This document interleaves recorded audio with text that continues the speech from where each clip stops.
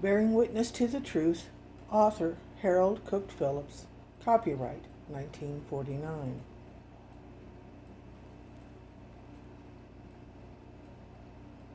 It is the authority of experience as it comes to us through worship, the Bible, and the lives of men who have tasted and seen how gracious the Lord is, and whose experiences remain as guideposts on our way.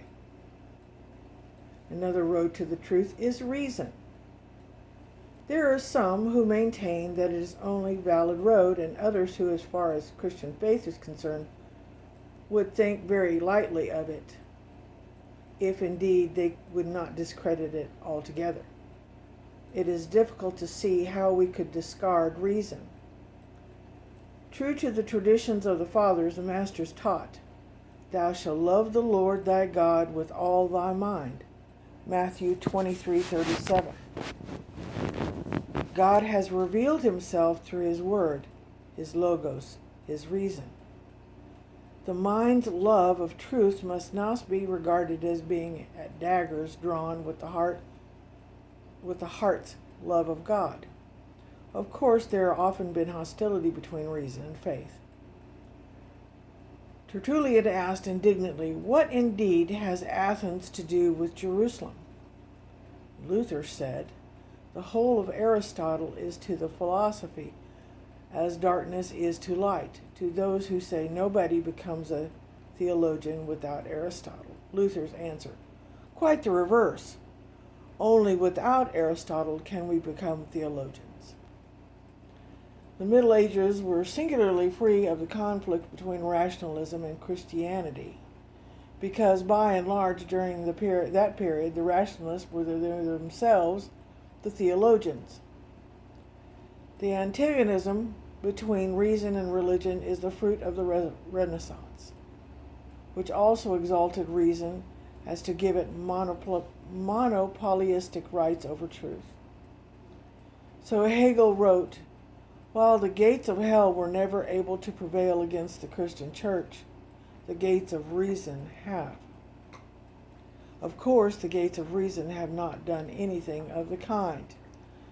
To say that they have is, as William Temple put it, the heresy of intellectualism. This heresy fails to distinguish between the reasonable and the rationalistic. It is based on the assumption that nothing can be known rationally unless it be scientifically known. Now, the deepest truth of Christianity is not rationalistic, but most certainly it is reasonable. To say that it is not is, as Paul Tillich argues, to miss the broader implications of reason as the very principle of humanity, and to reduce it to technical reason. But reason cannot be regarded in so limited a sense unless we decide arbitrarily to write off what are by all the odds the most significant and meaningful aspects of reality. It is impossible to identify the real with the concrete.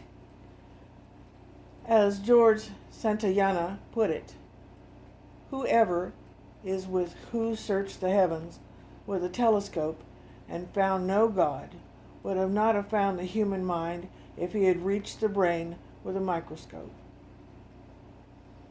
It should be evident to anyone that a purely intellectual approach to reality is always a partial approach. As H.S. Jennings, the great biologist, wrote, "It is the nemesis of the struggle for exactitude by the man of science that leads him to present a mutilated, merely fractional account of the world as a true and complete picture." Intellectually, all water is H2O. From the viewpoint of technical reason, not only is the mud puddle H2O, but also in the mountainous waves lashed up by a storm at sea. So also is the awe-inspiring Niagara, Mirror Lake in Yosemite reflecting mountains and sky, or Lake Louise nestled in the Canadian Rockies. From a purely intellectual approach, the dirty little mud puddle that plays havoc with your shine is on par with the rest of them. It too is H2O. But is that the end of the matter? Intellectually it may be, but life contradicts such a verdict. As Harry Emerson Forster once graphically wrote, for the purposes of his science, the nerves of the frog and the nerves of a Michelangelo, the brain of a newt and of a Newton would be equally objects in his regard. They are all biological tissue.